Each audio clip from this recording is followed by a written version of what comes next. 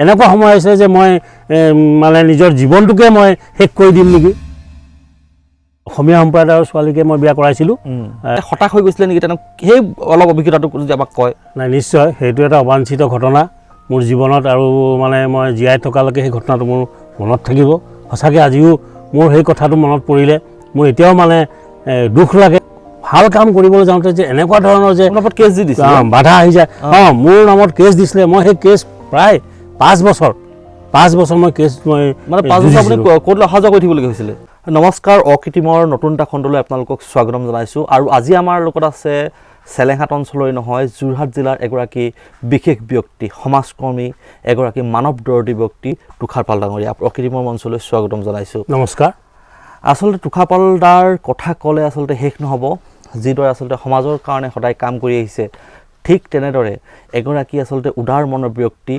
যিগৰাকী ব্যক্তিয়ে সমাজৰ ভাল কাম কৰিবলৈ গৈ এদিন কিন্তু জেলমুখী হ'বলগীয়া হৈছিল। আৰু তেওঁৰ পৰা আমি জানিবলৈ চেষ্টা কৰিম কেনেদৰে আচলতে সমাজৰ কাৰণে কাম কৰিবলৈ তেওঁৰ মনত স্পৃহা জাগিলে, কেনেধৰণে তেওঁ কাম কৰি আছে, তেওঁৰ সেই জেলমুখী যি যাত্ৰা হৈছিল, এদিন তেওঁ ভাগি পৰিছিল, এই সমগ্ৰ কথাখিনি আমি আজি জানিবলৈ চেষ্টা কৰিম। তুষাৰ দা, আচলতে আপোনাক মই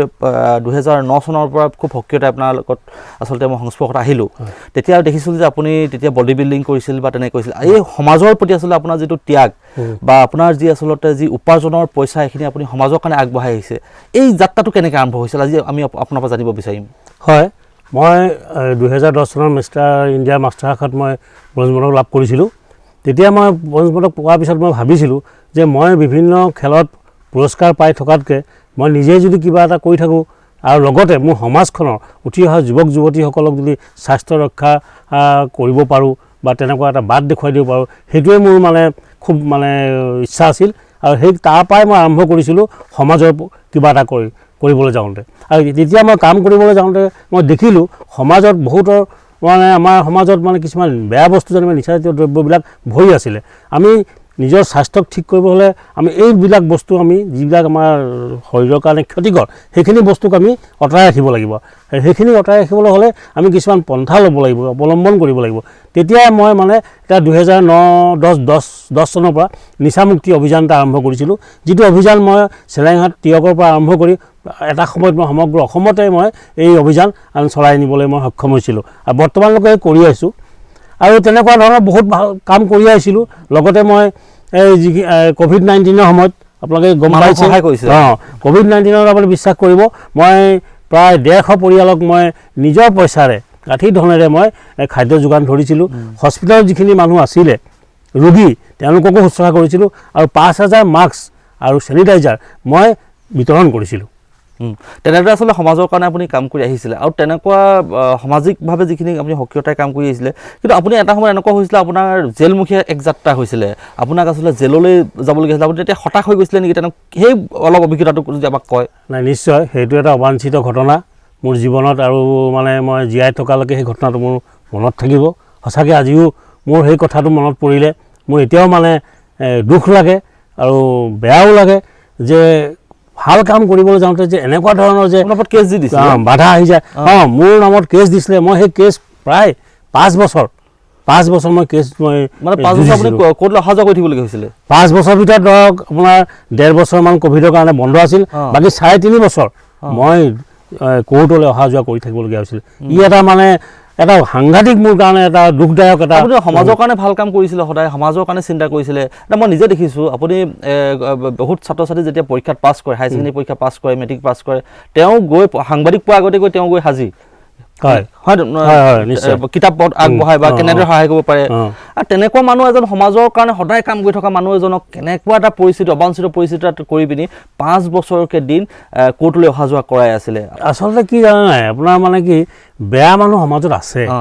আমি সব ভাল মানুহ বুলি ক'ব নোৱাৰোঁ। আৰু আপুনি যেতিয়া নিস্বাৰ্থভাৱে কাম কৰি যায়, এইখিনি মানুহে সদায় আপোনাৰ ওপৰত এটা বেয়া দৃষ্টিৰে চাই থাকে। কেনেবাকৈ আপোনাক কিবা ভুল পায় নেকি, কিবা দুখ পায় নেকি, তেওঁলোকে চাই থাকে, আৰু তেতিয়াই তাতে আঘাত কৰে। আৰু সেই আঘাতটোৱে মোক বাৰুকৈয়ে মোক মানে বেছিকৈ মানসিক অশান্তিত ভোগাই দিলে। আৰু মই যিটো পৰিৱেশৰ বা পৰিস্থিতিৰ পৰা মই আকৌ পুনৰ উত্থান কৰিলোঁ সেই কিন্তু সহজে কোনো মানুহে নোৱাৰে কৰিবলৈ ভাগি গ'ল মই একদম সম্পূৰ্ণ ভাঙি কৰিছিলোঁ আপোনালোকে বিশ্বাস কৰিব মই আপোনালোকক খোলাতে কৈছোঁ এনেকুৱা সময় হৈছে যে মই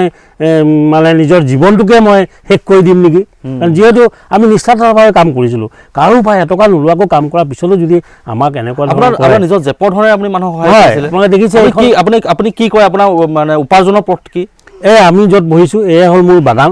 এইখন চাহ খেতি কৰোঁ মই ইয়াতে বৰ বেছিও নহয় মোটামুটি চলিব লাগে পৰিয়ালটো চলি থাকে ইয়াৰ পৰাই মই এটা অংশ মানে বেছি অংশই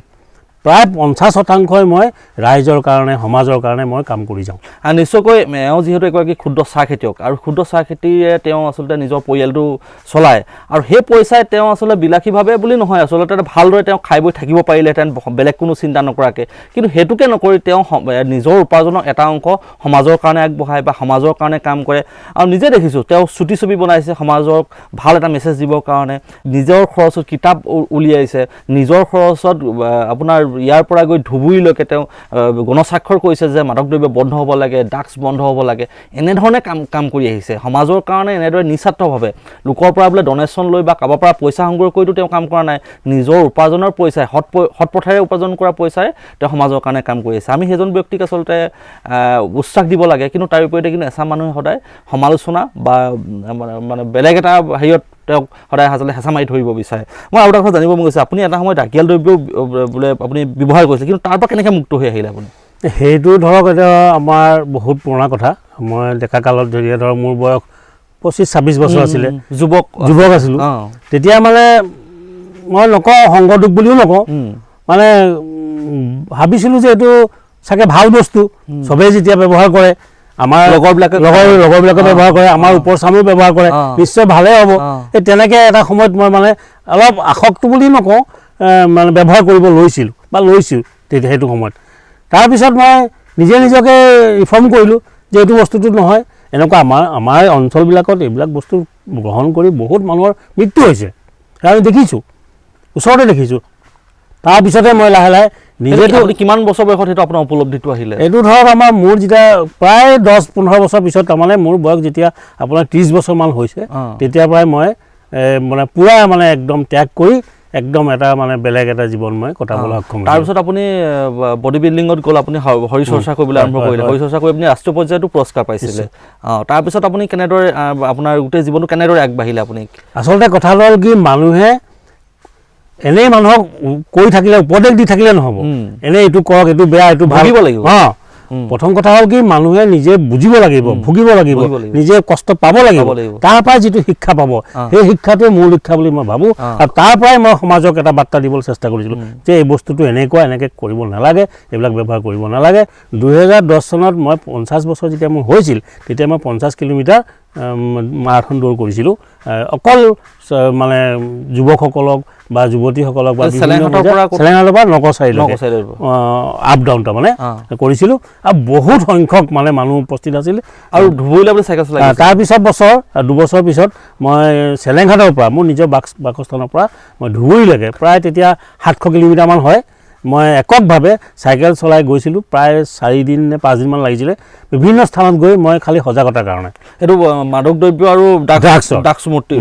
তাৰপিছত আপুনি গণস্বাক্ষৰো আৰম্ভ কৰিছিলে তাৰপিছত মই আপোনালোকক জনাব পাই সুখী হৈছোঁ যে তাৰপিছত মই আছাম প্ৰেছ কৰেছপণ্ডেঞ্চ ইউনিয়ন আপুৱে যোৰহাট জিলাৰ বিশেষকৈ সভাপতি সম্পাদককে ধৰি বিভিন্ন সদস্যসকলে মোক যথেষ্ট সহযোগিতা আগবঢ়াইছিল তেখেতসকলৰ সহযোগত মই অসমত প্ৰায় 20,000 গণস্বাক্ষৰ কৰিবলৈ মই সক্ষম হৈছিলোঁ গণস্বাক্ষৰ কৰিলে সেই গণস্বাক্ষৰৰ যিটো ফলাফল আচলতে পালেনে আপুনি চৰকাৰৰ হাতত জমা দিছিলে যে ইমান মানুহে বিচাৰে আচলতে ড্ৰাগছৰ বিৰুদ্ধে কিন্তু আমি যেতিয়া 2021 চনত যেতিয়া হিমন্ত বিশ্ব শৰ্মা আহিলে তেতিয়া কিন্তু ড্ৰাগছৰ বিৰুদ্ধে এটা মানে জাগৰণ আহি গ'ল ড্ৰাগছৰ বিৰুদ্ধে অভিযান আৰম্ভ হ'ল আপুনি ভাবেনে যে আপোনাৰ সেই যি সময়ত কৰ্ম যি আচলতে এটা অভিযান তাৰ কিছু ফলাফল বা পাইছে বুলি ভাবেনে আপুনি নাই আপোনাক জনাব বিচাৰোঁ যে মই যেতিয়া 20,000 গণস্বাক্ষৰ কৰি পিনে মই যেতিয়া আমাৰ সেই সময়ত বিধানসভাৰ অধ্যক্ষ মাননীয় হিতেন্দ্ৰনাথ গোস্বামীদেৱক মই লগ কৰিছিলোঁ লগ কৰি তেখেতক মই 20,000 গণস্বাক্ষৰ সম্বলিত এখন পত্ৰ আমি প্ৰেৰণ কৰিছিলোঁ আৰু তেখেতক অনুৰোধ কৰিছিলোঁ যে আপুনি এই বস্তুটো এটা বিহিত ব্যৱস্থা কৰক মানে বন্ধ ক্ষেত্ৰত তেখেতে মোক আশ্বাস দিছিলে যে পৰৱৰ্তী সময়ত আমি বিধানসভাত আলোচনা কৰি আমি এটা বিশেষভাৱে হেৰি কৰিম কিবা ব্যৱস্থা ল'ম আপুনি চিন্তা কৰিব নালাগে কিন্তু পৰৱৰ্তী সময়ত দেখিলোঁ একদম মনে মনে থাকিলে প্ৰায় 2-3 বছৰমান একেবাৰে নিষ্ক্ৰিয় হৈ থাকিলে এই বিষয়টো কোনো গুৰুত্বই নাপালে তাৰপিছত যেতিয়া অসমৰ মুখ্যমন্ত্ৰী যেতিয়া আমাৰ হিমন্ত বিশ্ব শৰ্মাই যেতিয়া নিজৰ মানে আসন গ্ৰহণ কৰিলে বা নিজৰ দায়িত্ব গ্ৰহণ কৰিলে তেতিয়া আমি দেখিলোঁ যে একদম অসমৰ ইমূৰ পৰা সিমূৰে ড্ৰাগছৰ বিৰুদ্ধে এক সাংঘাতিকভাৱে তেখেতে কঠোৰ ব্যৱস্থা ল'লে আৰু তাৰ কাৰণে মই তেখেতক অন্তৰৰ পৰা ধন্যবাদ জনাইছোঁ মই আৰু এটা কথা সুধিবলৈ মন গৈছে আপোনাৰ যে আপুনি এগৰাকী যিহেতু ক্ষুদ্ৰ চাহ খেতিয়ক আচলতে এই ক্ষুদ্ৰ চাহ খেতিৰ বিষয়ে আপোনাৰ যদি অকণমান কয় বৰ্তমান যিটো পৰিস্থিতি বা তাৰ বিষয়ে যদি আমি অকণমান যদি আপোনাৰ পৰা জানিব বিচাৰোঁ আপুনি যিহেতু ব্যৱসায়ৰ লগত জড়িত বা এই খেতিৰ লগত জড়িত কি ক'ব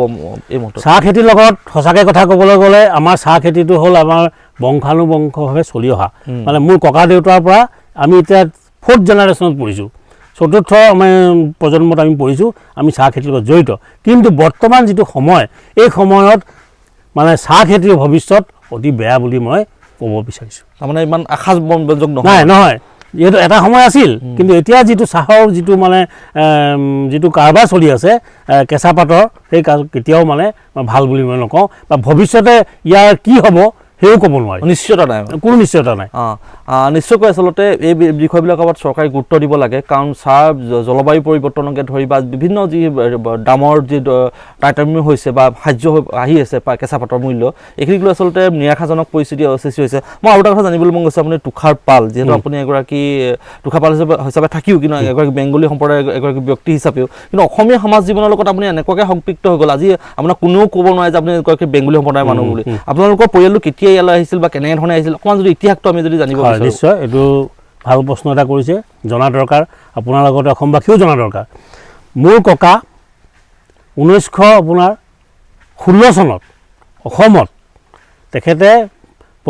বাংলাদেশৰ পৰা ঢাকা বিশ্ববিদ্যালয়ৰ পৰা মেডিকেলত তেখেতে ডক্টৰ উপাধি লৈ আপোনাৰ ককা মোৰ ককা গ্ৰেণ্ডফাদাৰ মোৰ কি নাম আছিলে মহেন্দ্ৰ পাল তেখেতে আহি পিনে চেলেংঘাটৰ ডালিম বাগানত তেতিয়া ব্ৰিটিছৰ দিনত তেখেতে প্ৰথম চিকিৎসক হিচাপে জইন কৰিছিল কিমান চনত আহি জইন কৰিছিল সেইটো আপোনাৰ প্ৰায় 25 চনমান হ'ব 1925 চনমান হ'ব তেখেতে তাত জইন কৰিছিলে আৰু তেতিয়াৰ পৰাই তেখেতে মানে হেৰি কৰিছিলে মানে চিকিৎসা চলাই গৈছিলে আৰু তেতিয়া আপোনালোকক আৰু এটা কথা ক'ব চেলেংঘাটৰ যিটো আমাৰ এতিয়া যিটো আমাৰ চিকিৎসালয় প্ৰথম চিকিৎসক তেখেতে বিনামূলীয়াকৈ তেখেতে ইয়াত মানে চিকিৎসা সেৱা আগবঢ়াইছিলে বিনামূলীয়াকৈ প্ৰথম সেই সময়ত আমাৰ প্ৰয়াত তিলক গগৈ আৰু তেনেকৈ আৰু কেইজনমান বিশেষ ব্যক্তিৰ অনুৰোধত তেখেতে বিনামূলীয়াকৈ চিকিৎসা সেৱা আগবঢ়াইছিল 1925-26 চনত তাৰপিছত তেখেতে দেখিছিলে যে চাকৰি কৰি থকা অৱস্থাত ব্ৰিটিছ যাবলৈ হৈছে স্বাধীনতা হ'ব ব্ৰিটিছ যাব এতিয়া আমাৰ বেলেগ বেলেগ মানুহৰ ফাৰ্মবিলাক আহি যাব তেখেতে তেতিয়া কি কৰিলে নিজাববীয়াকৈ চাহ খেতিত মনোনিৱেশ কৰিলে প্ৰথম তেখেতে 4 বিঘা মাটিত চাহ খেতি আৰম্ভ কৰি এটা সময়ত তেখেতে 150 পৰা 170 বিঘা মাটিলৈকে চাহ খেতি কৰিবলৈ সক্ষম হৈছিল আপোনাৰ ককাৰ দিনৰ পৰা চাহ খেতি আৰম্ভ হৈছিল আমাৰ ককাৰ দিনৰ পৰা চাহ খেতি আৰম্ভ হৈছিলে আমাৰ মানে চাহ খেতিটো আমাৰ তেজে তেজে আছে আমাক চাহ খেতিৰ বিষয়ে বুজাব নালাগে বেলেগকৈ আমি টোকলাই পঢ়া নাই আমি টোকলাটো কোনো ট্ৰেইনিং চেনিং কৰা নাই আমি দেখি শিকি কৰি শিকিছোঁ সেইকাৰণে আমাক চাহ খেতিৰ বিষয়ে বেলেগ ধৰণে বুজাই লাভ নাই নিশ্চয়কৈ কথাখিনি আমি জানি ভাল লাগিলে যিহেতু তেওঁ ককাৰ দিনৰ পৰা আচলতে চাহ খেতি কৰিছে এজন চিকিৎসক আছিলে আমাৰ চেলেংঘাট অঞ্চলত তেওঁ সেৱা আগবঢ়াইছিলে আৰু এটা কথা মই জানিবলৈ মন যায় কেতিয়াবা এতিয়া বেংগলী বিদ্বেষী কিছুমান কথা আহে কেতিয়াবা এনেকুৱা ঘটনা কিছুমান আপোনাৰ কেতিয়াবা মনত দুখ দিছিলে নেকি বা দুখ দিয়ে নেকি যে কেতিয়াবা যে বেংগলী বুলি যিটো কেতিয়াবা বিভেদৰ সৃষ্টি হয় কিবা তেনেকুৱা ধৰণৰ কিবা মনত কিবা দুখৰ সৃষ্টি হৈছে সেইটো ধৰক অলপ ক'ৰবাত কিবা এটা হ'লে অলপ মনত হেৰি এটা লাগে কিন্তু এটা কথা মই স্পষ্টকৈ ক'ব বিচাৰোঁ আমাৰ তেতিয়াৰ পৰা এতিয়ালৈকে 1916 চনৰ পৰা এতিয়া বৰ্তমানলৈকে আমি চেলেংঘাটত আমি কোনো ৰকমে তেনেকুৱা ধৰণৰ কোনো হেৰি পোৱা নাই আৰু ভৱিষ্যতে নাপাওঁ বুলি মই জানো কাৰণ আজিলৈকে মোক বিভিন্ন অনুষ্ঠান প্ৰতিষ্ঠান বিভিন্ন নামঘৰতো আনকি মোৰ কিবা প্ৰগ্ৰেম থাকিলে মোক নিমন্ত্ৰণ কৰে কাৰণ আজি সমাজত মোক আমাৰ গোটেই পৰিয়ালটোক একেবাৰে অসমীয়া হিচাপে একদম সাৱটি লৈছে আৰু আমিও গোটেই সম্পূৰ্ণ মানে অসমীয়া হিচাপে নিজৰ পৰিচয় দি আমিও ভাল পাওঁ। নিশ্চয়কৈ মই মানে সেইটো কাৰণে কথাখিনি উল্লেখ কৰিলোঁ, কাৰণ কিছুমান ব্যক্তি আচলতে এনেকুৱা ধৰণৰ বিভেদৰ কথা চিন্তা কৰে, কিন্তু আমাৰ চেলেংঘাট অঞ্চলত মুছলিম আছে, বেংগলী মানুহ আছে, কিন্তু আমি কোনোদিন তেওঁলোকক আচলতে বেলেগ এজন মানুহ বুলি বা বেলেগ এটা সম্প্ৰদায়ৰ মানুহ বুলি কোনোদিন আচলতে ভবা নাই, কোনেও নাভাবে আচলতে, আৰু ইয়াত কোনো বিভেদৰ কোনো কথা নাহেই আচলতে। সেই কথাখিনিৰ কাৰণে মই তেওঁৰ মুখৰ পৰা এইখিনি কথা শুনিবলৈ চেষ্টা কৰিলোঁ। আমাৰ অঞ্চলটোৰ বিভিন্ন অনুষ্ঠানবিলাকত আপুনি জড়িত হৈ আছে, বা কি কি অনুষ্ঠানৰ লগত জড়িত হৈ আছে, কেনেধৰণে সক্ৰিয়তাৰে জড়িত হৈ আছে? মই ধৰক এতিয়া আপোনাৰ ৰাস মহোৎসৱত একদম মানে সক্ৰিয়ভাৱে মোক দায়িত্বও দিছে, দায়িত্ব দিয়ে, কেতিয়া মই ল'ব নোৱাৰোঁ। মোক আনকি এই 2-3 বছৰ ৰাসত মোক মানে পাৰ্ট ল'বলৈও মোক মানে জোৰ কৰিছে, কিন্তু মোৰ মানে বিশেষ কিছুমান অসুবিধা থকাৰ কাৰণে মই নোৱাৰিছোঁ। এইবছৰ ভাবিছিলোঁ কৰিম বুলি, এইবছৰ মোৰ ঘৰতে এটা পৰিয়ালৰ এজন সদস্য ঢুকোৱাৰ কাৰণে মই এইটো কৰিব নোৱাৰিলোঁ। ভৱিষ্যতে মই যদি সুবিধা পাওঁ নিশ্চয় মই তেনেকুৱা ৰাসতো মই অভিনয় কৰিম বুলি মই মনতে পুহি থৈছোঁ। নিশ্চয়কৈ সেই আশা যাতে পূৰ্ণ হয়। মই আপোনাৰ পৰিয়ালৰ বিষয়ে অকণমান জানিব বিচাৰিছোঁ, আপোনাৰ পৰিয়ালত কোন কোন আছে, বা আপোনাৰ কেনেকুৱা কি অকণমান যদি পৰিয়ালৰ বিষয়ে কয় আপুনি? পৰিয়ালৰ ক'বলৈ গ'লে মোৰ বৃদ্ধা মাক এগৰাকী আছে, তেখেতে চৰকাৰী পেঞ্চন হোল্ডাৰ, আৰু মোৰ সহধৰ্মিনী আছে, আৰু তেখেতে মই অসমীয়া সম্প্ৰদায়ৰ ছোৱালীকে মই বিয়া কৰাইছিলোঁ। তেখেতসকল মানে মাকৰ পৰিয়ালৰ হাজৰিকা লিখিছিলে, এতিয়া কনভাৰ্ট হৈছে পাললৈ। আৰু মোৰ এগৰাকী ছোৱালী আছে, কি কৰি আছে? তাই ইলেক্ট্ৰিকেল ইঞ্জিনিয়াৰ পাছ কৰি এতিয়া অসম চৰকাৰৰ অধীনত মই চাকৰি কৰি আছোঁ। যুৱ সমাজৰ যিটো উশৃংখলতা, এই বিষয়টোলৈ কি ক'ব আচলতে? যুৱ সমাজক কেনেদৰে আমি আচলতে এটা সুপথ দিব পাৰোঁ, বা কেনেধৰণৰ সেই বিষয়লৈ আপোনাৰ কি মতামত থাকিব? এইটো এটা সঁচাকৈ মানে এতিয়া মানে কি হৈছে, আমাৰ বিজ্ঞানৰ যুগ, মানুহে হাততে চব বস্তু পায়, মোবাইলত টিপিলেই চব বস্তু পাই যায়, চব জানে। আজিকালি মানে মুখেৰে কৈ আপুনি একো কৰিব নোৱাৰে। যুৱচামক আপোনাৰ আমাতকৈও আজি যুৱচাম বহুত উন্নত আৰু বহুত জ্ঞান আছে, তেওঁলোকে চব জানে। কিন্তু কথাটো হ'ল তাৰ লগতে তাহাঁতি কোনখিনি বস্তু বেয়া, কোনখিনি ভাল, সেই বস্তু তেওঁলোকে বহুতে মই মানে চবকে নকওঁ, একাংশই মানে বিচাৰ কৰিব পৰা নাই, যাৰ ফলত তেওঁলোকে কিছুমান বেয়া বস্তু তেওঁলোকে ব্যৱহাৰ কৰিবলৈ লৈছে বা কৰিছে, আমি দেখা পাইছোঁ। সেইকাৰণে মই যুৱ সমাজক বিশেষভাৱে আহ্বান জনাওঁ, তেওঁলোকে কিবা এটা শিক্ষা দীক্ষাৰ লগত, পঢ়া শুনাৰ লগতে কিবা এটা বিষয়ত তেওঁলোকে মনোনিয়োগ কৰক। যেনেকৈ হওক গান বাজনা, সাংস্কৃতিক ঠাইত খেলা ধূলা বা শৰীৰ চৰ্চা বা যোগাসন, এইবিলাকত কোনোবা এটা কিবা এটা বিষয়ত তেওঁলোকে নিজৰ মনটোক কৰক, নিয়োজিত কৰক, তেতিয়াহে বাচিব পাৰিব। আৰু মই এটা কথা, যোগাসন বুলি কোৱা মনত, আপুনি যোগাসনৰ প্ৰশিক্ষণো লৈ আহিছিলে ক'ত? হয়, মই আপোনাৰ ৰামদেৱৰ তাত, আপোনাৰ উত্তৰাখণ্ডত যিটো ৰামদেৱৰ যিটো মন্দিৰ আছে, তাত মই প্ৰায় 22 দিনমান তাত মানে যোগৰ শিক্ষকৰ ট্ৰেইনিং মই লৈ আহিছোঁ। সেই যোগাসনৰো আপোনাৰ তেনেকৈ বিভিন্ন বিদ্যালয় বা অনুষ্ঠানত আপুনি বিনামূলীয়াকৈ প্ৰদান কৰিছিলে যোগাসনৰ? বৰ্তমানো কৰি আছোঁ, বিভিন্ন স্কুলত কৰোঁ, তাৰপিছত এই ক্লাববিলাকত কৰোঁ, আৰু ৰাজহুৱা স্থানবিলাকত মোক মাতে, তাত যাওঁ, চব বিনামূলীয়া, মোক এটকাও মোক নালাগে। কিন্তু আজিকালি সিও এটা মানে উপাৰ্জনৰ পথ কৰিছে কিছুমানে, কিন্তু মই কৰা নাই। মই একদম সম্পূৰ্ণ বিনামূলীয়াকৈ শিক্ষাদান কৰি আছোঁ। আৰু আপোনালোকে বিশ্বাস কৰিব, ক'ভিড কালত মই ইয়াৰ পৰা মানে ভাৰতৰ বাহিৰত থকাও পেচেণ্টক মই ইয়াৰ পৰাই মানে অনলাইনতে পৰামৰ্শ দিছিলোঁ, আৰু তেখেতে ভাল পাইছিলে। আৰু বৰ্তমানো মই ঘৰতো মোৰ নিজৰ এটা শৰীৰ চৰ্চা কেন্দ্ৰ আছে, তাতো মই শিক্ষা দিওঁ, আৰু ঘৰতো মই চেলেংঘাট হেল্থ চেণ্টাৰ আছে, তাত আহে বহুত ল'ৰা ছোৱালী আহে, শিকে। আৰু বহুত ল'ৰা ছোৱালী ইয়াৰ পৰা গৈ পিনে বিভিন্ন হেৰিত মানে চাকৰিও পাইছে, পুলিচৰ চাকৰিও পাইছে, CRP চাকৰিও পাইছে। তেনেকৈ ধৰণে মই কাম কৰি আছে। আৰু যিহেতু আপুনি শৰীৰ চৰ্চাৰ লগত জড়িত, যোগাসন জড়িত, আপুনি এটা সুস্বাস্থ্যৰ অধিকাৰী হৈছে, আপোনাৰ চাগে এতিয়া 60 বছৰ মোৰ এই যোৱা 3 তাৰিখে, জানুৱাৰী মাহৰ 3 তাৰিখে 60 বছৰ হৈছে। 60 বছৰ পিছতো তেওঁ আচলতে নিজৰ সুস্বাস্থ্যখিনি ধৰি ৰাখিব পাৰিছে। আচলতে নিজৰ যৌৱনক ধৰি ৰাখিবৰ কাৰণে, এজন সুস্বাস্থ্য ব্যক্তি হৈ থাকিবৰ কাৰণে মূল মন্ত্ৰকেইটা কি বুলি ভাবে আপুনি? মূল মন্ত্ৰ হ'ল ভাল চিন্তা কৰা, ভাল বস্তু খোৱা। এইটো নহয় ভাল স্বাস্থ্য গঢ়িবলৈ আমি বহুত কিবা খাব লাগিব, একো নাই, নিয়মিত খাওক, নিয়মিত শুৱক, টোপনি যাতে ক্ষতি নকৰে, সদায় 9:30 10টা বজাত টোপনি যাওক, ৰাতিপুৱা সোনকালে উঠক। সোনকালে শুই উঠি মানুহে কয় যে সময় নাই, কিন্তু যথেষ্ট সময় মানুহে আছে, খালি এটা চিডিউল মতে, এটা নিয়ম মানে যদি চলে বহুত সময় পাব। ৰাতিপুৱা শুই উঠি অকণমান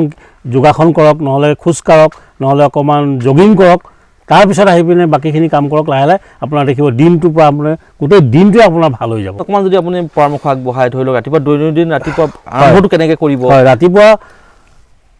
চাওক এটা কথা আমি চবেই জানো মানুহে যদি ওচৰৰ পৰা মন্দিৰটো চাবলৈ বিচাৰে তেতিয়াহ'লে মানুহৰ নিজৰ দেহাটোক চাব লাগিব কাৰণ দেহাটো যদি ঘূণীয়া হয় তেতিয়া আপুনি মন্দিৰত গৈ আপুনি প্ৰাৰ্থনা কৰিব নোৱাৰে সেইকাৰণে প্ৰথম কথা হ'ল নিজৰ দেহাটোক সুস্থ নিৰোগী কৰি ৰখাটো আৰু নিৰোগী কৰাৰ উপায় হ'ল আপুনি সোনকালে উঠক ৰাতিপুৱা 5:30 বজাত 5টা বজাত সোনকালে উঠক উঠি আপুনি মুখ নোধোৱাকৈ এগিলাচ কুহুমীয়া পানী খাওক এগিলাচ মুখ নোধোৱাকৈ খাওক কাৰণ আমাৰ মুখৰ ভিতৰত যিটো লেলাৱতি সৃষ্টি হয় সেই লেলাৱতিটো আমি ধুই পেলাব নালাগে সেইটো কুহুমীয়া পানীৰ লগত আপুনি খাই দিব লাগে যিটোৱে আপোনাক ডাইজেষ্টৰ কাৰণে হজমৰ কাৰণে বিশেষ আপোনাৰ সুবিধা কৰে তাৰপিছত আপুনি মুখ চুখ ধুই পিনে দৈনন্দিন যিখিনি কৰিবলৈ কৰি তাৰপিছত আপুনি এঘণ্টা সময় দিয়ক মাত্ৰ নিজৰ শৰীৰটোৰ কাৰণে এঘণ্টা সময় দিয়ক এঘণ্টাত আপুনি যোগাসন কৰক খোজ কাঢ়ক জিমলৈ যাওক যি কৰে মুঠতে এঘণ্টা শৰীৰটোক দিয়ক তাৰপিছত আপুনি বাকীখিনি কাম আৰম্ভ কৰক আৰু ৰাতি মই সদায় কওঁ সকলোকে কওঁ মই নিজেও কৰোঁ 9:30 পৰা 10টা বজাত ৰাতি শুই যাওক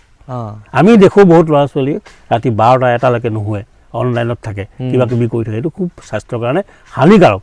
ক্ষতি হ'ব গতিকে টোপনিটো খুবেই প্ৰয়োজন 6 ঘণ্টা 7 ঘণ্টা যদি আপোনাৰ টোপনি নহয় তেতিয়াহ'লে আপোনাৰ পিছদিনাখনৰ পৰা আপোনাৰ গোটেই ছিষ্টেমটোৱে খেলি মেলি হৈ যাব